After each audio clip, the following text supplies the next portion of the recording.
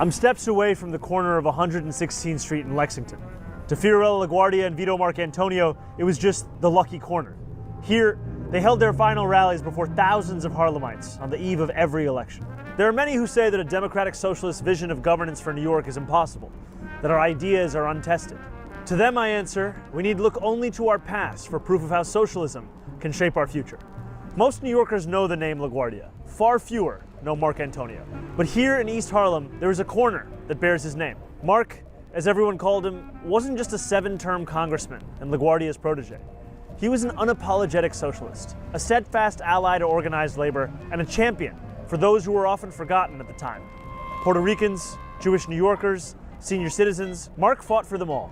He protected workers as he investigated labor abuses and called for a stronger National Labor Relations Act. He provided English literacy lessons to thousands of newly arrived immigrants, and he fought to expand Social Security to the countless domestic workers who had been excluded. In the words of the great Dorothy Day, the poor of East Harlem felt that he loved them and was interested in them. It was no easier being a socialist in the 1930s and 40s than it is today. Mark was attacked relentlessly from the right, undermined by the establishment, a target of the resurgent Red Scare. And still, he never apologized for who he was or who he fought for. When he was called a radical, Mark responded, "If it be radicalism to believe that our natural resources should be used for the benefit of all and not for the purpose of enriching just a few, then I plead guilty to the charge." My friends, the question is clear. Are we brave enough to believe in a city that benefits us all? I know my answer. Tomorrow, the world will know yours.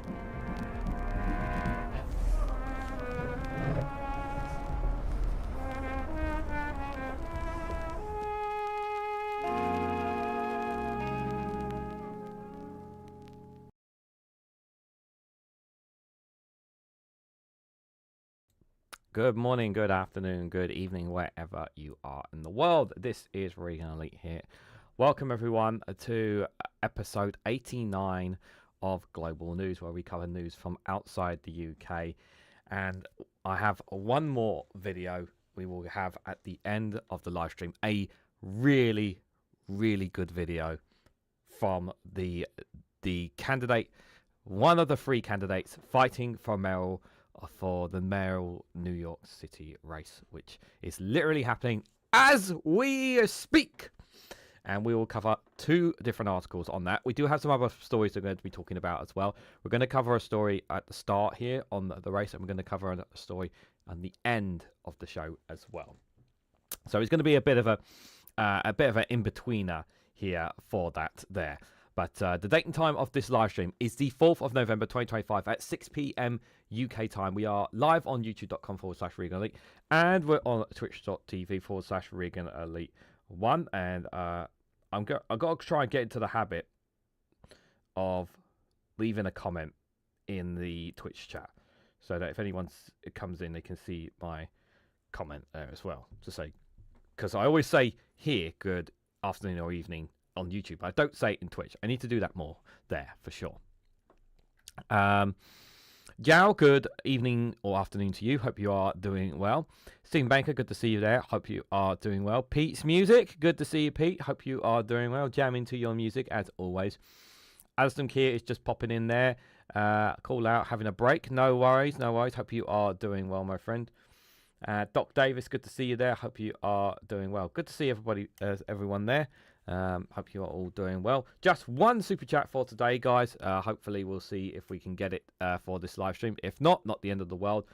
This is known as the quiet stream as well. And reminder, we also have the funny memes to come, but we are going to end the live stream with another video from Zohran Mamdani as well, just for reference here. So let's go straight to our first story here, talking about the New York mayoral race. Why am I cut off there? It's very, very weird. So here from Al Jazeera here, the New York mayoral race, the candidates, the polls, results, and what is at stake. Great video here by Al Jazeera here. Before I share my thoughts on this, guys, let's just listen in to what they have to say on this coverage. New York City is huge. It is chaotic. 8.5 million people live here. Its economy is bigger than most countries, and decisions made here ripple around the world. Question is, what decisions can be made here at City Hall? See, New York mayor is a local, global role. Rudy Giuliani became known as America's mayor after 9/11. They meet world leaders like the late Queen Elizabeth, the Emir of Qatar. The UN headquarters is in Manhattan. They are effectively New York's chief executive. And speaking of chief execs, brings us to this place, Wall Street, the heart of the global economy. This place generates more wealth than many nations, and yet the mayor governing the city around it can't move a single share, they can't change a single rate. That is a federal and state job. So let's just break that down, because you've actually got 3 levels here. At the bottom is the mayor and City Hall. Above them, the state, so the governor, Kathy Hochul, and above them, the federal government, embodied right now by one man. We're going to straighten out New York. Maybe we're going to have to straighten it out from Washington. Donald Trump is a native New Yorker, and he looms over this city, both literally, I mean, look at the size of Trump Tower, but also metaphorically, even threatening to send the National Guard in, like he did in Los Angeles back in June. And the mayor cannot stop him. But he does have clout when it comes to crime fighting. 35,000 police officers and almost $6 billion budget. That is more cops than LA and Chicago combined. The transport network is where it starts to get fragmented. Take taxis, for example. The mayor oversees what a cab can charge, but not the city's tolls, which are supposed to ease the congestion that drives New Yorkers absolutely crazy. And down here on the iconic subway, zero control. And that is because this, or the MTA, which operates it, well, that comes under the state. All 3 candidates have made transport a centrepiece, even though the subway isn't theirs to run. A lot of pledges around housing too. Now, the mayor has some influence. He can zone new buildings, he can defend renters, but he can't actually set rents. And living here is really expensive. This is an election full of promises, big and bold, just like New York. But whether those promises can be kept, we'll find out from the start of next year. Phil Lavelle, Al Jazeera, New York City. It's going to be very interesting to see. I don't know why they keep putting in brackets gunshots and explosions. There was no gunshots and explosions. I don't know why they put that in there. So here's what I feel like. Of course, Zohran Mamdani is one man. And I do think that there will be fundamental changes coming to New York City. But I do think that I do feel that he does have a lot of cooperation with a lot of people around him. It is going to be very tough at the initial stages for him to make the changes necessary for him to make. The state governor will be under pressure to bend to a couple of things from Zohran Mamdani, because if she doesn't, she will be voted out. The New Yorkers will not be happy with her if they do not follow some policies, not all, because we don't expect them to agree to all policies. If she doesn't follow some policies that Zohran Mamdani is going to do, I do think that it is going to be a challenge to keep a lot of these policies in, and the work will really start. The true work begins after this, if indeed does go his way. Now, it's also important caveat to point out that there are other elections taking place today in the United States as well, in a couple of other places. But obviously, they don't have global significance as this does, because we're talking about Zohran Mamdani has really shook up politics, and not just America, but I think globally as well. He has shown a different way to win over hearts and minds, and he has used the power of social media in a way that has never been used before by people on the left. And it's really, and this is in turn has also galvanized a lot of people. You see, a lot of politicians from a lot of different countries will be looking at this. The likes of Zach Polanski, the likes of some politicians in different parts of the world will take this on board and use that as tools and methods to win over hearts and minds from the people from the far right, from those who fascist, from those who intend to bring us harm. And it's going to be it's going to be challenging. And there are going to be barriers. There's going to be AI. There's going to be audio voices. There's going to be all sorts of things that are going to be getting in the way to try and bring people down. And there's been some really nasty stuff put on Zohran Mamdani in this campaign. Threats to him, threats to his family, of course. There have been And some of the campaigns, some of the slogans and things that have been said about him have been pretty vile and disgusting. And he's going to be putting up for that for a very long time if it goes his way as well. I hope that when this is said and done as well, that Andrew Cuomo disappears.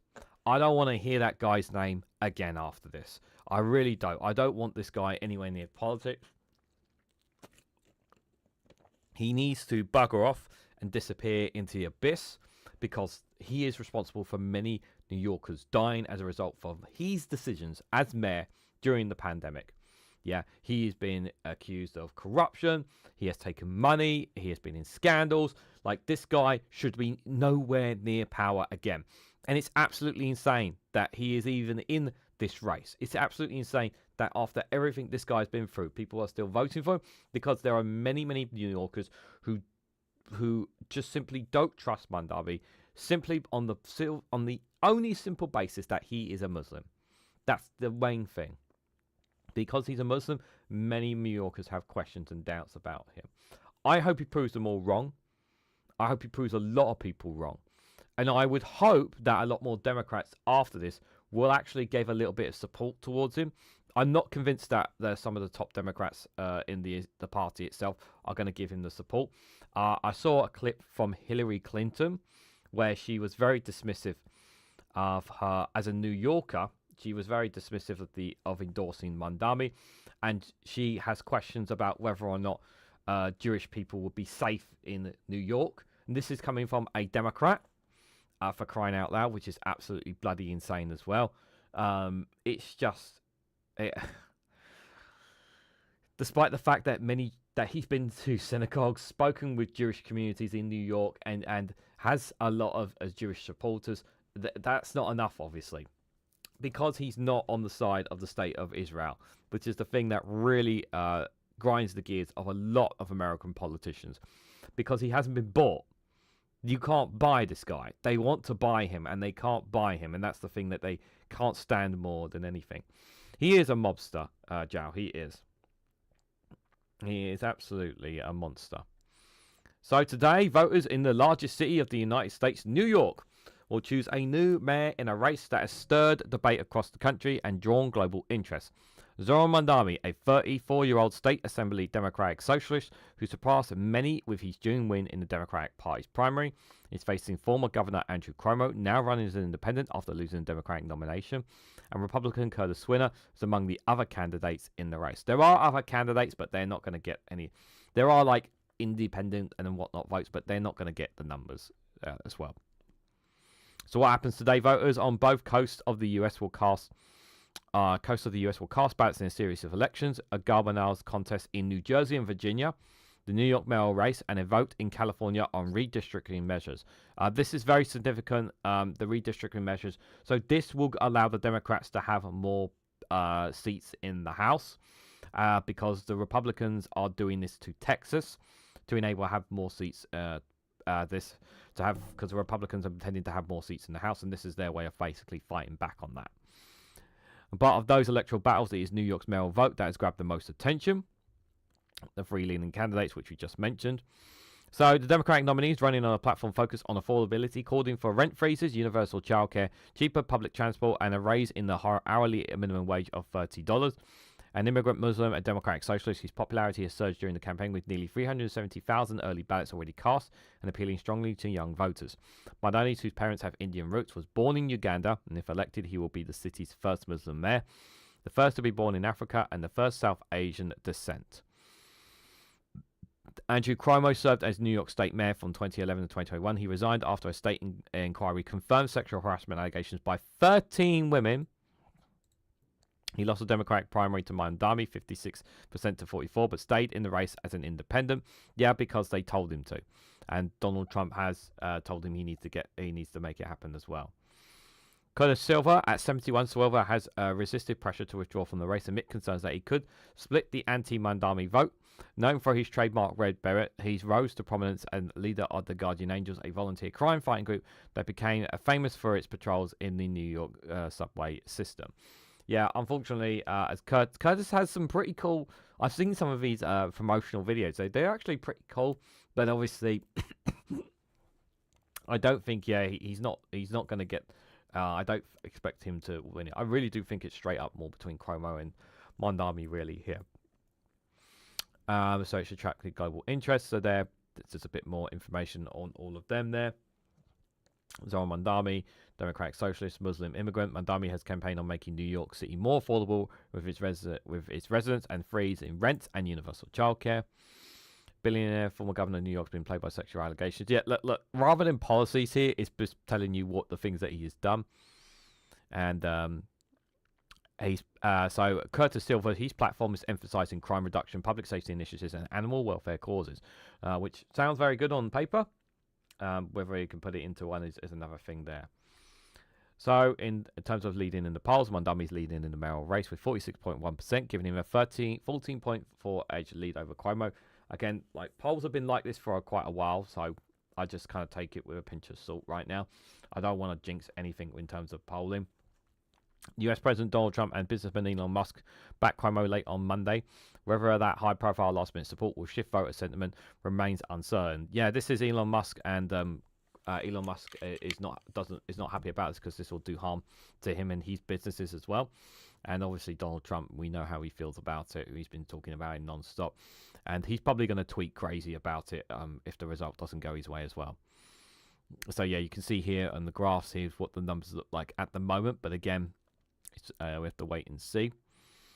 So the New York mayoral races are usually called quickly. This time, however, the two candidates vying for the support seem mostly Democratic. It will take longer to determine the outcome. The 2021 mayoral race ended quickly. Eric Adams was declared the winner soon after the poll closed. Candidates selected by ranked by choice by voting in the primaries, but on the ballot paper on November the 4th, 85 million New Yorkers will be directly electing the next mayor of New York City. And this is, as you can see, there'll be quite a few. There is a couple of different ones there. Being the US most diverse city, known as the world for its business and culture, makes picking a new mayor especially an important occasion. New York's election campaigns have mirrored the biggest national debates in the US, other identity, religion, political beliefs in the country's future. Some of the key issues include the cost of living. The city is facing one of the tightest housing markets in a decade. In 2023, the city had a vacancy rate of 1.41%, which means that only 14 out of every 1,000 housing units were unoccupied. 9.2% of all rental housing was described by city authorities as overcrowded. The number of new housing permits issued fell in 2024 compared with 2023. And this has made housing costs and availability a dominant issue after a state in California's cities. New York is the coziest urban hub in the US to live in. Most of us are working multiple jobs and can't make up the rent going up. Tom Grabber, a city voter, had told Al Jazeera. Law and order, serious crime in the city, including murder, have gone down from their 17-year high in 2023. However, low-level offences such as shoplifting remain higher than before the COVID-19 pandemic, according to public worries about safety and disorder. The city has long been a magnet for people from around the world, from its historic role as a gateway for immigrants to recent influx of asylum seekers that critics say has placed new strains on the city's resources. And the ongoing Israel-Gaza conflict and the city's largest Jewish and Muslim populations have made foreign policy a key issue in the race too. Yeah, there's a lot of while there are some Israelis who have backed Jewish people who and faiths who have backed Mamdani, there's some who are not so keen as well. A former New Yorker, Trump has loomed over the mayoral race for months, threatening to arrest Mamdani, deport him, and take control of the city if he wins. This is what I'm scared of. Like, I know this is rhetoric talk. It's Donald Trump says a lot of things here, but I'm generally worried that he's going to do something increasingly crazy. If Mamdani wins, I'm worried that he's going to do something. He's going to do something that really will. Like, I'm worried that he's going to try and give some kind of justification for arresting him, deporting him, anything, to get rid of this man. It really does worry me. Trump is mad enough to send in the troops to New York. I think he's mad enough to do something to get rid of Mamdani. I really do think so, because he is terrified of what this man is going to do. He is terrified of what this man is going to do. On Monday, Trump urged the city voters in his social platform to back Cuomo, saying they had no choice but to vote for the former governor. When the federal government shut down in October, Trump put on hold roughly £18 billion in federal funds, although 187 million from New York security funding has since been restored. Trump has threatened to withdraw more federal aid for the city if Mamdani wins. He can't really do anything about it, Donny. He can try, but he can't really do a lot about it. So let's have a look at what some of the other elections that are taking place in New York today as well. Virginia governor, all eyes are on Virginia, a state next to Washington, D.C. that's been directly affected by Trump's spending cuts and the recent government shutdown. Democrat Abigail Spencer. I've seen a little bit of her. I don't know a lot. I've seen a little bit of her, and the impression I've got is she's actually pretty good from I think actually she spoke to Vosh on his YouTube channel not too long ago as well, which was quite interesting as well. I only listened to a little bit of it, to be fair. He's facing off against Republican Lieutenant Governor Wilson Earl Sears there. In New Jersey, the governor race has centered on concerns about affordability, although Democrats hold a voter advantage. Republicans are optimistic that Trump's rising popularity in the state could lead to a surprise win. Democratic Congresswoman Mikey Sherrill is up against Republican Jack Cincinnati, a former state assemblyman. Don't know too much about that, guys. And in California, a proposed ballot measure would redraw congressional districts in a way that could benefit Democrats in the 2026 midterm elections. Governor Gavin Newsom and state lawmakers say they introduced the plans in response to Trump's earlier push for Texas to reshape its districts to give Republicans its advantage in 5 seats currently held by Democrats. If approved, the measure would effectively eliminate 5 Republican-held districts in California. Yeah, and they don't like. I don't like that they're doing this, but the problem is that Republicans are trying to cheat their way into holding on more power in the House, because when it comes to the midterms, they're going to try and hold on. They're basically trying to rig the states, in Texas specifically, to have more seats. So, National Guard, New York soon. This is what I think is going to happen that could happen by the end of this week. I would not be surprised about it.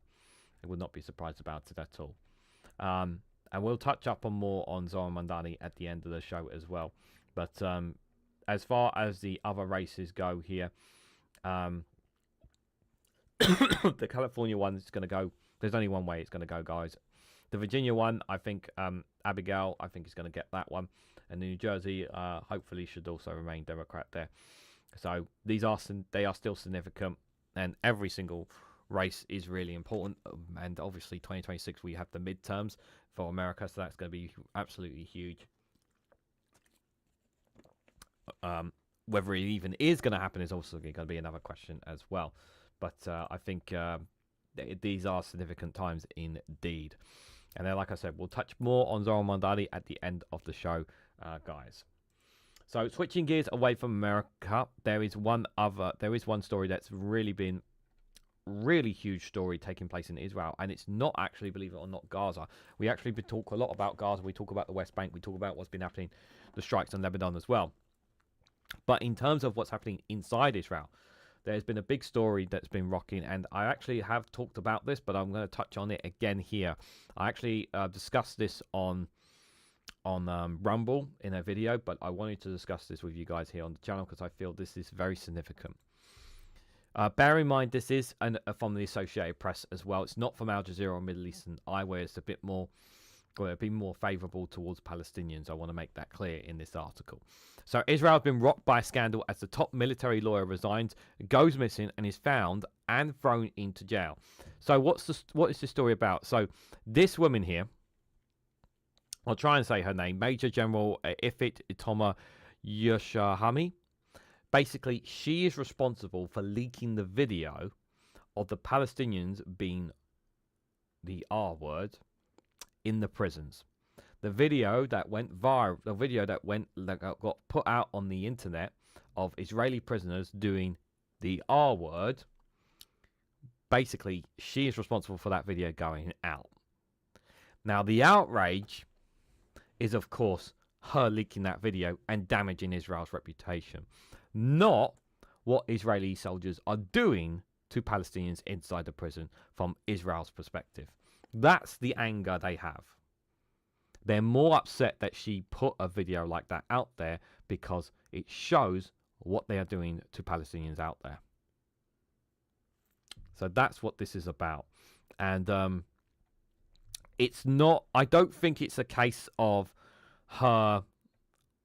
I'm not 100% sure if this is a case of her basically doing this to expose, to because she cares about Palestinians. I don't think it's that. I think it's more from a political point of view rather than a moral point of view.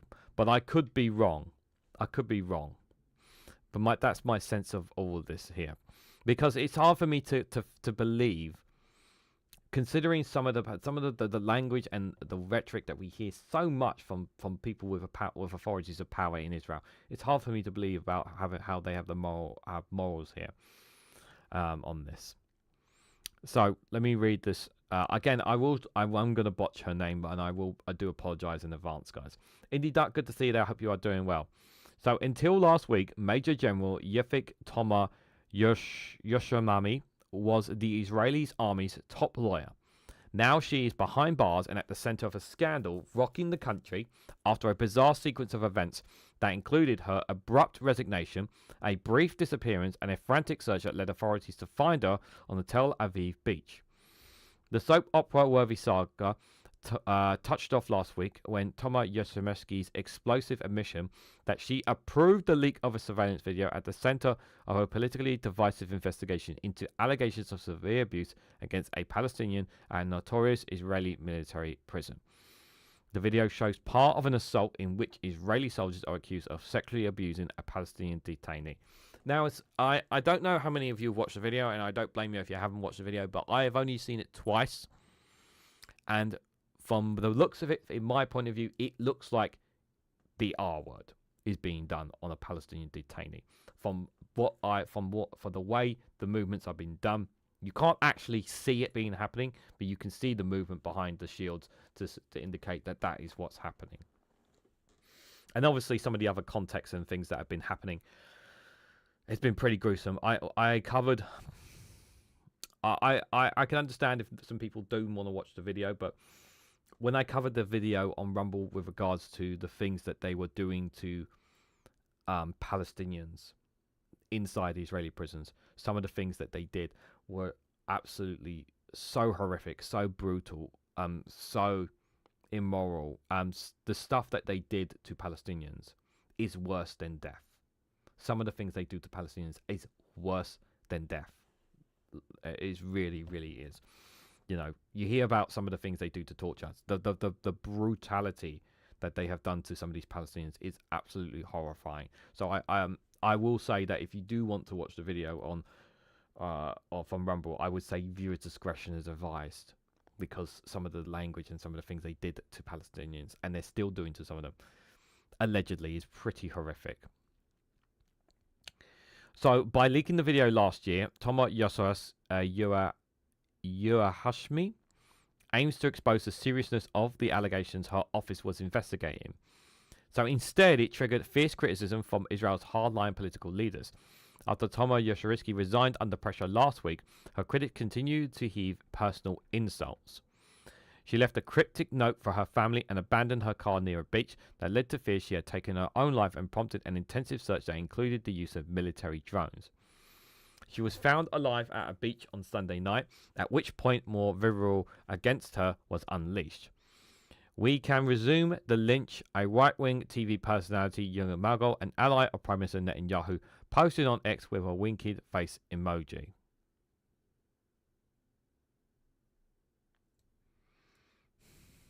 After it was revealed that one of Toma Yoshimski's phones had disappeared, right-wing politicians and commentators began to accuse her of staging a suicide attempt as a way to destroy potential evidence. The extraordinary episode shows 2 years of devastation war have done little to heal a country that is deeply divided even before Hamas' October 7th, 2023 attack. It also makes Toma Yoshimski the latest in a long line of top security officials who have either left office or been forced out, most of them to be replaced by people considered loyal to Netanyahu and his hardline government.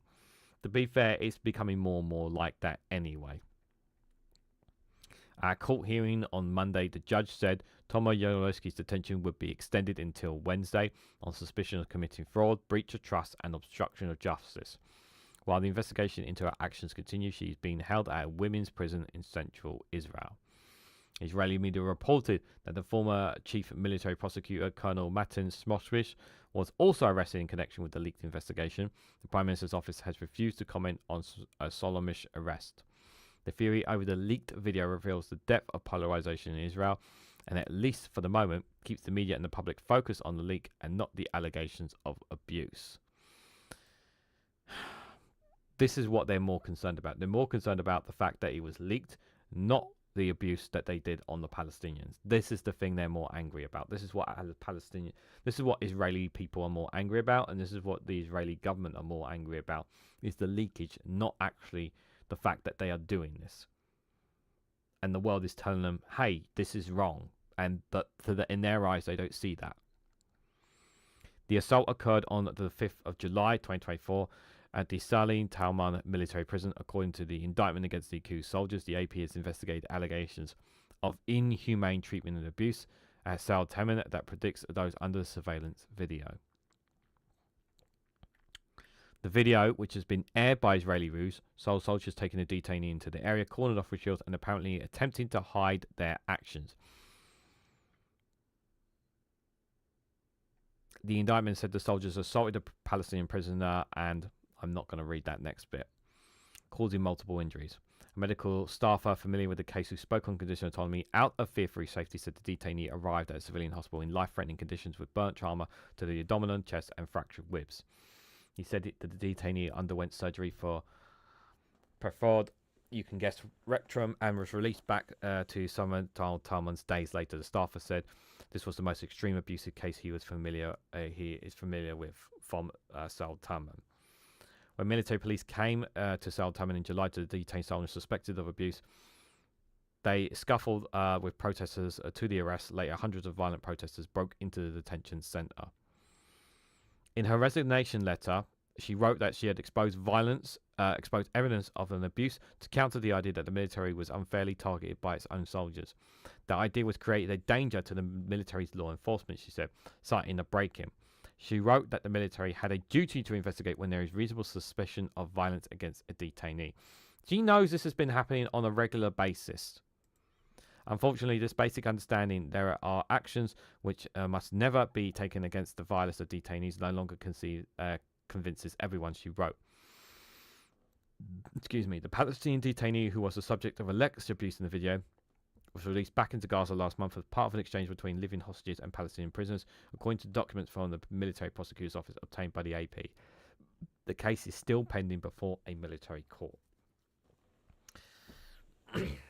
The details from Middle Eastern Eye on this subject are far worse than what you have read here, guys. They are far worse. 3 separate legal issues must be sorted out as part of Israel's investigation into what happened at Sal Temen, the president of Jerusalem-based think tank Israeli Democratic Institute. The first relates to the evidence that the Israeli soldier abused Palestinian detainees while they were in detention. The second is whether Israeli citizens, including members of the parliament, tried to disrupt the investigation by breaking into a military base where the soldiers accused of the action were being held. The third is whether Zelenskyy allegedly committed a host of offences, including fraud, to undermine the investigation into how the surveillance video was leaked to the media. The problem is, what she's basically saying is that is that Israel doesn't care about the fact that they are breaching so many international human rights in itself. They don't realize this, or they do realize this, but they don't care because they want to make Palestinians an exception to the rule. But the thing is, if Israel are allowed to do this to Palestinians and everybody else is not, what is to stop other people saying, well, they can do it, they can get away with it, why can't we? Or what is to stop them doing this to other nationalities as well? Like, how do we know they're not doing this to other nationals as well? The intense rhetoric over the past few days is remnant of what it's like in Israeli immediately before the October 7th attack that launched in the new war in Gaza. At the time, the public were deeply divided over Netanyahu's push to overhaul the judiciary. The concern for a few hours on Sunday night about Tomer Yorish's fate should serve as a stop sign to the Israeli public, and especially to commentators who derided her personally. It was very sad to see how the internal discourse can bring about such potential tragic outcome on a personal level. It felt especially symbolic. He said that Tomo Yamorsky was in court while the Israeli government held its official memorial ceremony marking 30th anniversary of the assassination of the then Prime Minister Yitzhak Rabin. Many regard the assassination of Israel's lowest points in terms of division and incitement among the Israeli public, and worry that dramatic events of the weekend's foreshadowing to Israel's return to a similar period of internal strife.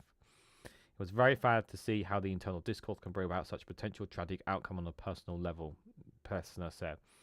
There's a way how to debate our differences in a democratic society. Israel is not a democratic society, okay? You can remember, this is from the Associated Press. You can try to paint this in some way, shape, or form that Israel are a democratic society. They are not, okay? They are not, because they don't understand human rights. Because if they did, they would not be treating Palestinians in the way they would do, and it would not be, and many Israelis would not be thinking that it is justified to do the actions that they're doing inside Gaza. They're not a democratic state, and they're being manipulated and poisoned. And we know that this generation and the next generation are constantly being poisoned in this belief that Palestinians are not humans, that they're vermin, that they're scum, that they're vile, and they could be treated as worse than an animal, worse than an insect. This is what they've been brainwashed to believe. They're being brainwashed to believe this. I know that, you know that. We've seen videos of some of the education that's been put in front of Israeli children. So I know what's happening. We know that's what they're trying to teach them. So I don't in any way, shape, or form accept any kind of presence that Israel is any kind of democratic state. Like, I know we have our problems here, and America certainly has its problems.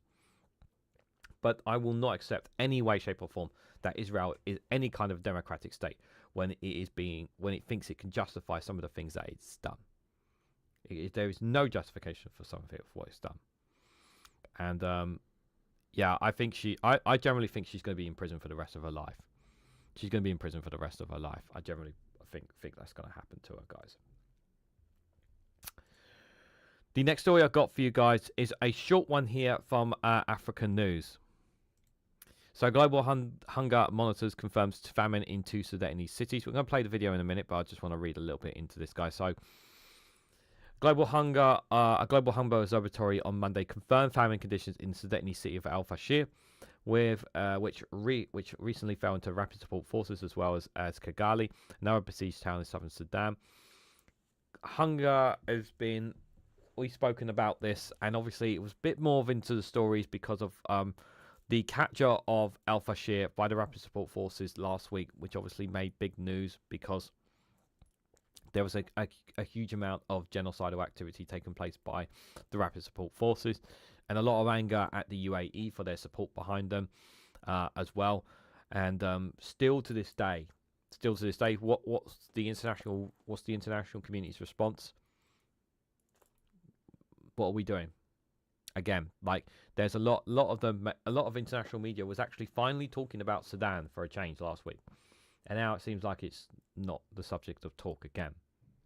And this famine, starvation is still happening. What are we doing about it? That's what I ask. Israel's a democracy. Asked that to the Christian Barber MP dragged from the Israeli parliament for taking rotten Nutella and his cronies. Yeah, they yeah. If you're a Christian living in Israel, you are not very well. You're not safe. That is for sure. A UN-backed integrated food security phase classification (ICP) had previously confirmed famine in the camps for displaced people around the capital. North Darfur capital El Fashir. Thousands of civilians continue to flee the city to surrounding towns, including Tawali, Merik, and Tashrani, following its capture. They have described their harrowing experiences under the 18-month siege. 18 months they've been under siege as well. Displaced people, Halab Allah Yagput, said the circumstances in the city became extremely difficult. There was no food, no transportation. It was very difficult to leave home to find water or food, he said. Adding that he had hit by a random bullet while trying to fetch water from a pump. Residents have reported that with food supply cut off, they were forced to eat animal feed and sometimes their hide. aid groups worry about the fate of tens of thousands of more who are trapped inside al-Fashir or have disappeared as they tried to flee. The UN said it received credible reports of numerous atrocities committed by the RSF against civilians in the city, including summary executions and sexual violence, particularly against women and girls. The IPC said famine was also threatening in 20 other areas in Darfur and central Kordofan region, where the conflict has intensified. Fighting between the RSF and the army over the past 30 months has caused severe hunger and malnutrition to spread across Sudan. Al-Fashir was the last Darfur 5-state capitals that fell to the RSF, which has fighting for army control of the country. And the UN has estimated has seen over 40,000 people killed in the war. 40,000, guys. Absolutely insane. I actually think that number is much higher, and it literally says that there, although the total is likely much higher. It's also created the world's worst humanitarian crisis, driven more than 14 million people from their homes. And, you know, we talk about according to the Gaza Humanitarian Authority, like, it was about, what is it, roughly about before the ceasefire, it was like 60,000. I actually think it's more 80,000 people inside Gaza have died as a result of the actions by the IDF. And with the deaths are still continuing because there's still bombings taking place inside the Gaza Strip here. And this has been occurring over the last few years as well. 40,000 lives have been lost here. And what have we done to resolve this? But again, Sudan is reported differently because it's a country that's in Africa and not in the Middle East. It's not. It doesn't count really like Israel because Israel is their so-called friend and ally. Anyway, let's read some of the report in this video, guys. It's kind of mostly the same of what I just said there, but let's listen to the report as well. A global hunger monitor has, for the first time, confirmed famine conditions in 2 cities in Sudan. Al-Fashir, the capital of North Darfur, captured last weekend by the paramilitary Rapid Support Forces, and Kadugli, another besieged city in Sudan's south. The news comes as thousands of civilians continue to flee Al-Fashir to surrounding towns. The circumstances became very difficult. There was no food, no transportation, and it was very difficult to leave home to find food or water. For me, my injury happened when I left home once with my container to bring water from the water pump. A random bullet hit me and my bones were broken. Thanks be to God that no one from my family was with me. Most of them were killed in the shelling. Fighting between the RSF and the army over the past 30 months has caused severe hunger and malnutrition to spread across Sudan, as well as displacing millions of people. But the UN-backed Integrated Food Security Phase classification has previously only confirmed famine in camps for displaced people around Al-Fashir. During the 18-month siege of the city, residents said food supplies were cut off, forcing people to eat animal feed and sometimes their hides. The hunger monitoring group says famine is also threatening 20 other areas in Darfur and central Kordofan region, where fighting has intensified in recent months. So frustrating. It's so frustrating to keep hearing about this. On a regular basis, I keep hearing about the hunger crisis in Sudan, and the response has been very poor from the international community, in my view. It's been poor. It's not good enough from the international community.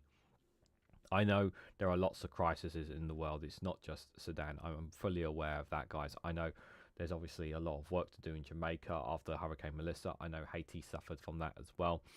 I know that there were earthquakes in Afghanistan, as well as Vietnam suffered from, I think it was earthquakes or landslides as well. And that there is still obviously the civil war taking place in Myanmar, for example. These are all crises that these are all nations need help as well. But Sudan is the worst. Sudan is the absolute worst right now, and is desperately needing their help. So many people are dying needlessly and do not need to die. Good evening, Reg. Thank you for coming. Hope you are doing well. Christian Arabs and Berbers are barely above Muslim Palestinians, treated like second-class citizens, even if they have an Israeli passport and nationality. Yeah, the passport and a passport is meaningless in Israel. Like, if you look like a Palestinian, you're going to be treated like one. That's basically essentially how they see it, isn't it? Sadly to say. It is pretty sad to say there. So the next story I've got for you guys is going into Europe, but not an interesting one here from Euronews, guys, to touch on. So Viktor Orbán's veto on Ukraine's EU bid provides specific support to Putin, Zelenskyy has claimed here. So the European Union are really struggling to get, while they are getting weapons, nations in themselves are getting weapons and supplies and support to help Zelenskyy and Ukraine. In terms of the blog itself, it's a bit more difficult because on certain things they need approval from all the states, and the problem is we have one state that is being a big problem and a big issue, and that is Hungary with Viktor Orbán. Until there is a change in government, there won't be as much coming to Ukraine as there should be. Now, in terms of Ukraine joining the European Union, I think that's right now, that's not something that can be really be looked at into until after this war ends, whatever it will be. But Orbán is being a big problem, is being a big barrier for the EU to be able to do more to support Zelenskyy and support Ukraine in this conflict against Putin. And I think we all know that Orbán is basically a puppet for Putin, simply based on the way he's been conducting himself as in Hungary, and his language and what he's been talking about kind of speaks volumes of that, unfortunately. How does the EU get around this? This is the question. I'm not sure how they can get around this problem, because I don't think kicking Hungary out of the EU solves the problem. I think keeping Hungary in the EU and actually being a problem for it is more beneficial rather than them being outside the group. So what exactly do they do in this situation is the question.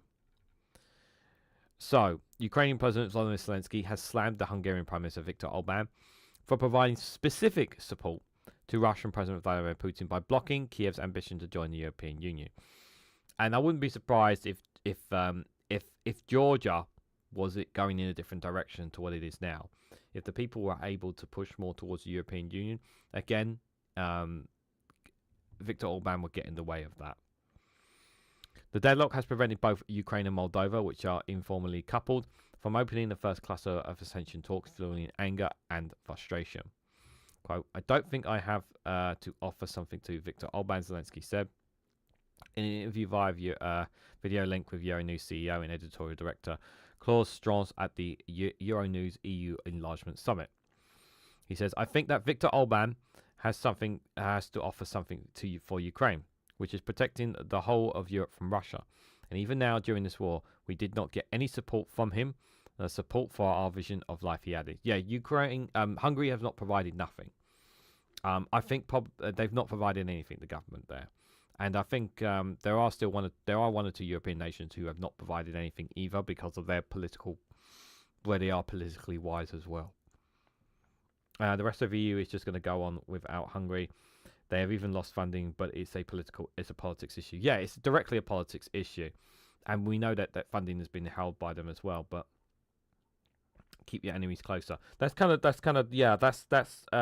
indeed, Duck. That's kind of the reason why they're doing it, because it is better for them to be in the EU than out of it, because they can get more, punish them a bit more, shall we say, especially if the Hungarians are sick of Orbán with the 300 million EU subsidies that they are not getting, plus the 100 or something in fines. Yeah, all that kind of stuff is not helping their economy, because the people are putting up with it as well. We would like that Viktor would support Russia, because blocking EU in the EU is the very specific support by Viktor of Putin. And it's definitely not good in my opinion. That is my subjective opinion.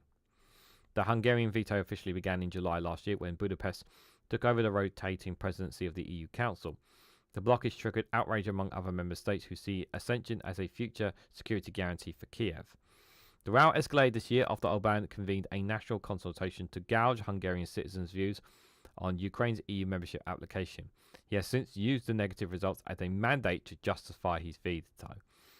A plan to tweak the voting rules to mitigate the veto power fell flat last month, and the pressure is great, Orbán said in Denmark, acknowledging the calls from his fellow leaders. We need all our strengths to stay out of this war. See, this is him trying to keep, he wants Ukraine to be left on their own. He doesn't want Ukraine getting any support so that it can be easier for Russia to make progress. Orbán's filibustering has inspired informal talks about reducing the veto power of new EU members and preventing a so-called probation period. But during the Euronews summit, Zelenskyy appeared unconvinced by the untested idea, insisting that membership must be fully fledged and work on an equal footing. Quote, "They have the same table equal countries in spite of the size of their territory on their population. It's important that they share similar values," he said. "In my opinion, you cannot be semi or demi members of the EU."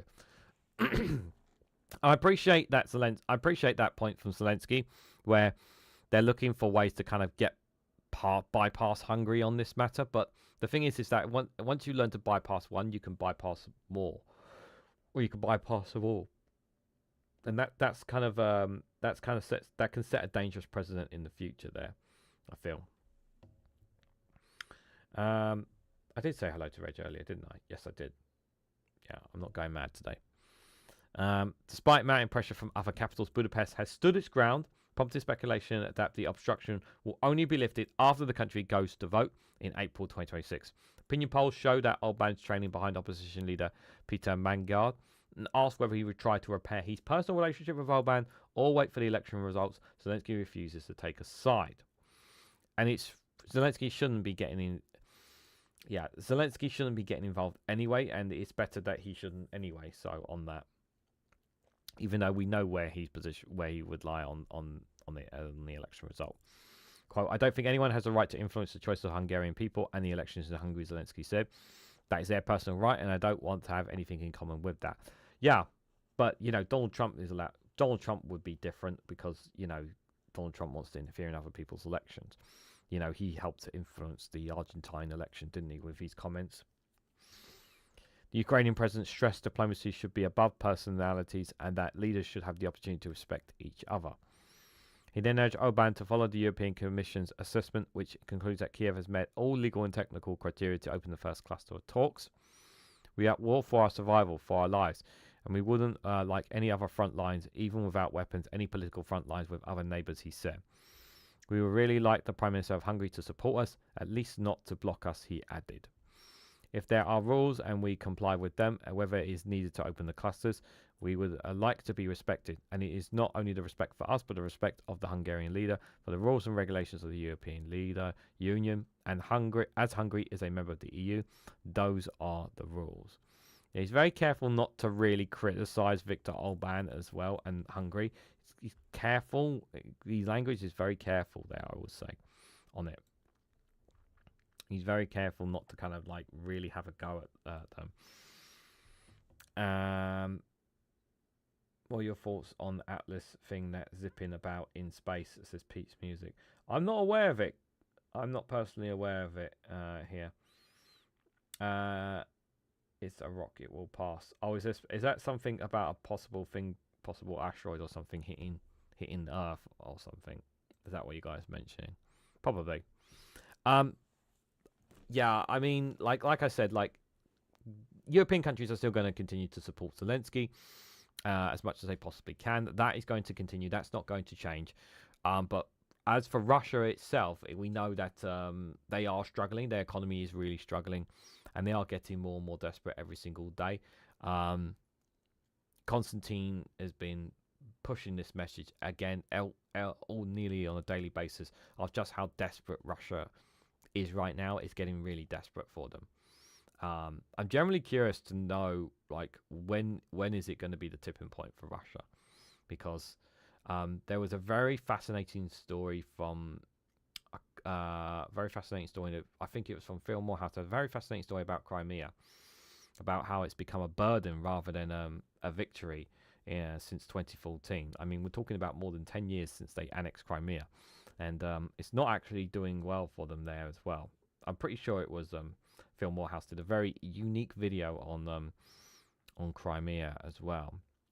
So things are not going well with Russia. They really, really are not. This war is not helping him at all.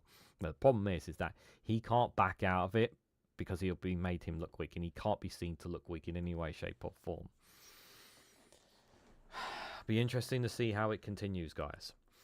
Just a reminder before I go to the next story, guys, if you haven't already, please hit that like button, share it across social media. Consider subscribing if you haven't subscribed to the channel already.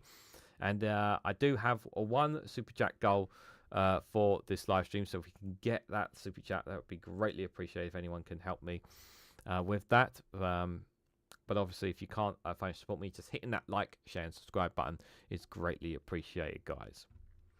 So, our last video, like I said at the start of the live stream, for those who weren't here at the start of the live stream, because I know not everybody was here at the start, we were talking about Zohran Mamdani. We opened up with a video of Zohran Mamdani, and I wanted to share this analysis piece and a video here from Sky News on him as well, from a UK media perspective here as well.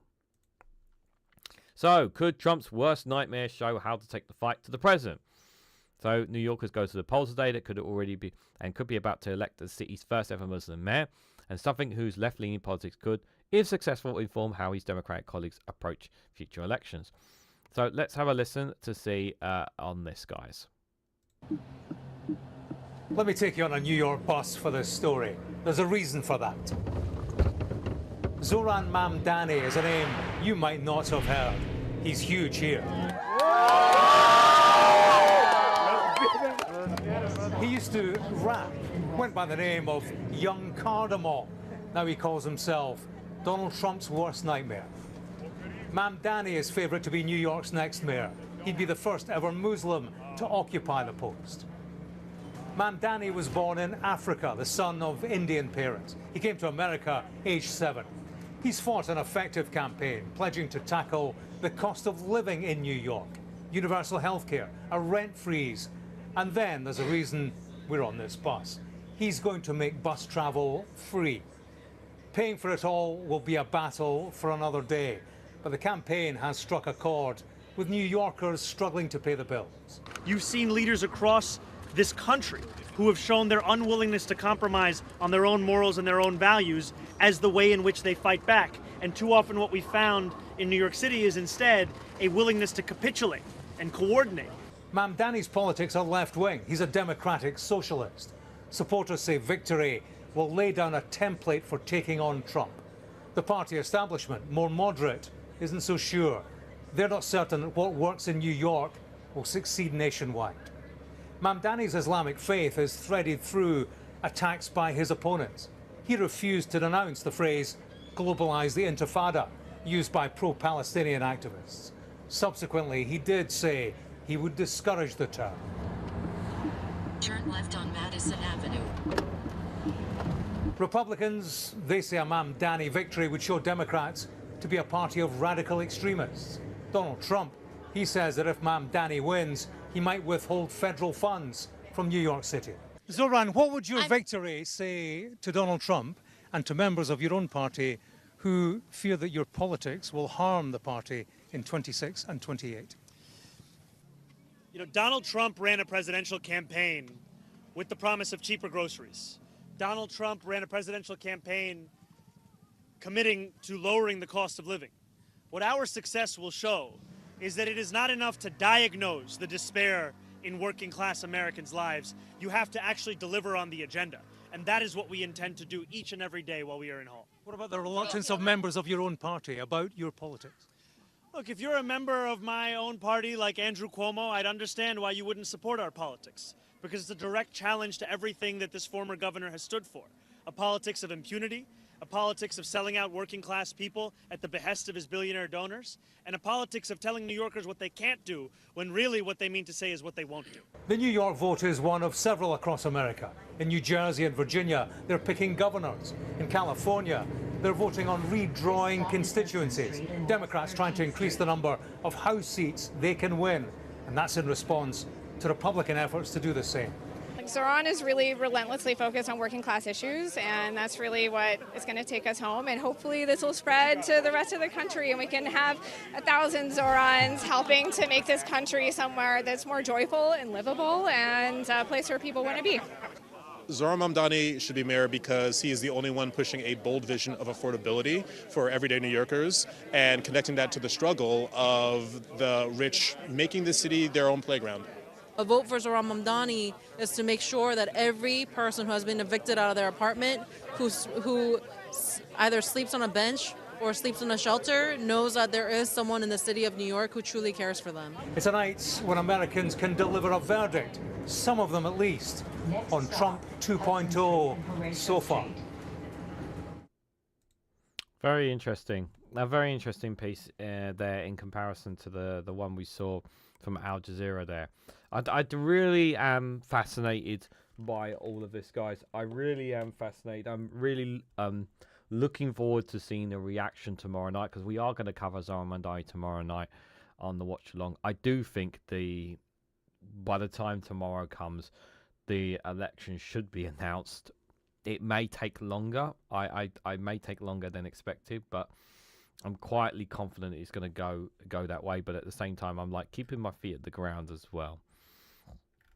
I don't really know what more to add on this than what we've already discussed earlier at the start. But I wanted to add that video because I do think it was worth covering here. I really do believe that the rest of the world, especially when we have people with powerful influence, people who have pockets of money, who have harmed so many people's lives, whether that's not just here or the US, but other countries where people are worse off, people and the next generation don't have the same privileges, don't have the same rights, don't have the same working conditions, don't have the same kind of homes, don't have the same kind of lives, are not better off because of decisions being made by rich and wealthy people who have put their money into the powers of politics to make life worse for the younger generations, so that the older generation can continue to thrive, continue to have the same things. Yes, the older generation does tend to vote more than the younger generation. This is normalized pretty much everywhere. But as time goes on, that old generation goes off, and the next lot come in.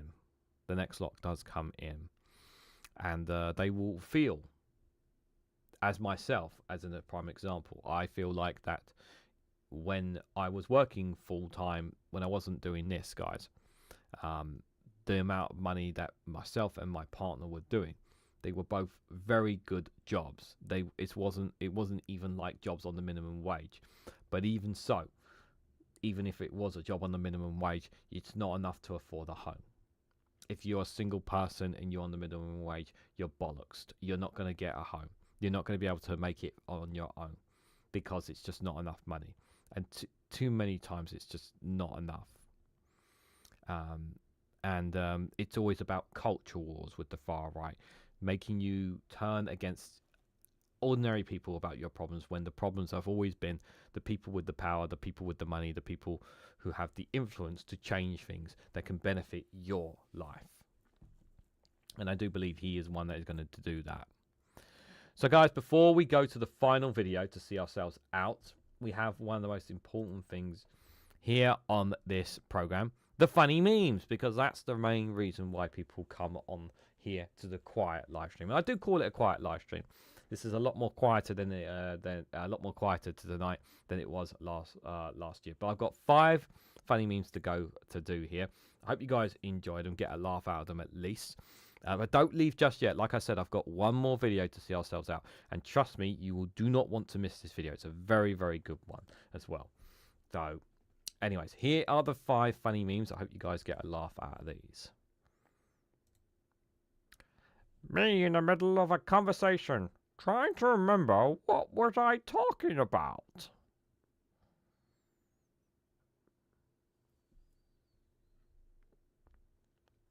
That has actually happened to me.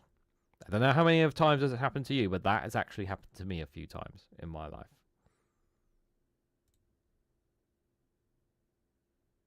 Oh. No, it's not coming up. God damn it. I've got to do it up individually. Hold on, let me try to switch it back and forth. Alright, there we go. The most terrifying capability of the United States military remains to be the capacity to deploy a fully operational Burger King to any terrestrial theater of operation in just under 24 hours.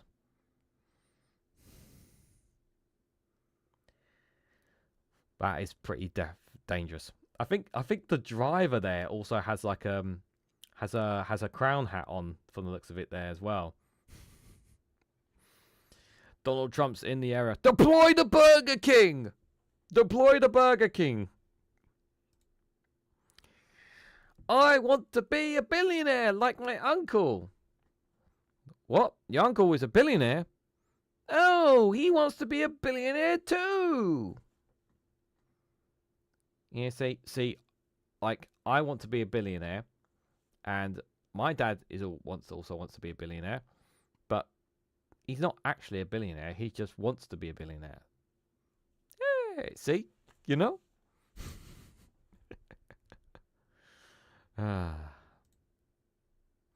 My husband is always pushing me around and talking behind my back. How rude. You know, being pushed around and being talked behind your back is absolutely terrible. Absolutely terrible. People are really nasty, you know. Absolutely nasty.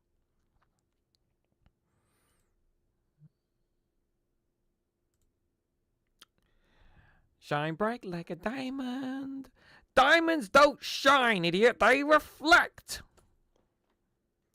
And it's true. Albert Einstein is right. They don't shine bright like... You don't shine bright like a diamond. They reflect. Silly, silly woman. If only she knew that before she wrote that silly, silly song. Dear, oh dear, guys. Why didn't she pay attention? Air Trump indeed, guys. Air Trump indeed. So, guys, I'm going to play the final video, and I hope you guys enjoy it. It is a very inspiring video from Zohran Mamdani that he posted today on the eve of this, and I really hope you take it on board, as because I'm going to go straight to the outro after the video ends. So I want to say a massive thank you to everyone who came along. Thank you for everyone who left a comment. Thank you guys for being in the live chat, for being here tonight. I know it was a very quiet one. I'll be back again tomorrow for another good morning show, and then I'm really excited to do tomorrow evening show. We're going to be talking about this as well as many other things as well. So do join me tomorrow for both live streams if you can. There's going to be a lot to talk about as well. But thank you guys all for coming along. I really do appreciate you guys giving your time to come and check out my live streams and with the stories and news that I give you guys here. I really do appreciate it. So thank you guys. I really appreciate it. So here it is, guys. Here is the final video. And enjoy the rest of the evenings, whatever you guys are doing. And I hope to catch you all very, very soon. Center, the next mayor of New York City. Hey! All right. How you doing, man? How you doing? All right. You're doing great, huh? I'm doing better now. What a politician! I didn't know he was going to show up. He finally did show up. All right, I'm going to be saying that you're inspiring the entire world. How's that? A little pressure. A little pressure. There's truth to it. No. There is a reason why the whole bloody world is watching this election.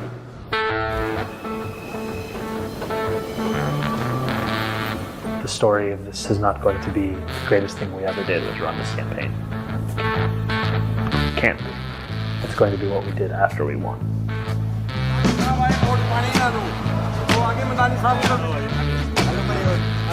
So much of what is so difficult for so many in this moment is the feeling that they are merely subjects. This is a movement to change that. For too long, my friends, freedom has belonged only to those who can afford to buy it. The oligarchs of New York, they do not want the equation to change. They will do everything they can to prevent their grip from weakening. The truth is as simple as it is non-negotiable. We are all allowed freedom.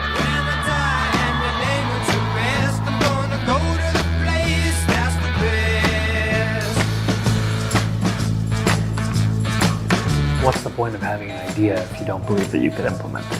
What is the point of our politics that is forever theoretical? And it will be difficult, there will be contradictions, but really it's about your will. The thing things that we can do.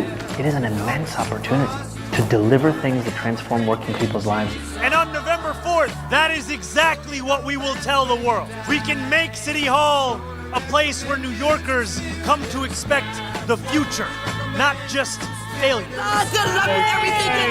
You really fucking inspired us. Stick up to the billionaires. Keep fighting the good fight.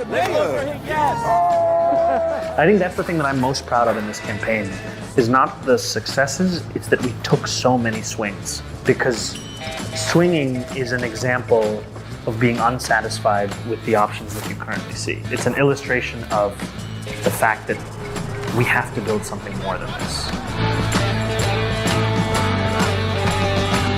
That ethos that we need not wait for anyone else, it is an ethos that I hope that many will carry with them. I want this to be the moment where more than 90,000 people are transformed into New Yorkers who are taking actions in different parts of their own lives to create the world that we all deserve. What do you hope all these volunteers do after the campaign? That they understand that this is part of a lifelong struggle, not an electoral one. You have joined a movement for the rest of your life. Now, however you want to be a part of that movement is your decision, just as long as you continue to be a part of it. They see themselves in this campaign. They see the arrogance that we have, that these ideals could apply to us too. Let City Hall, with our compassion, our conviction, and our clarity, be the light that our city and our nation so desperately need. Our time has come, New York. Our time is now. Thank you very much.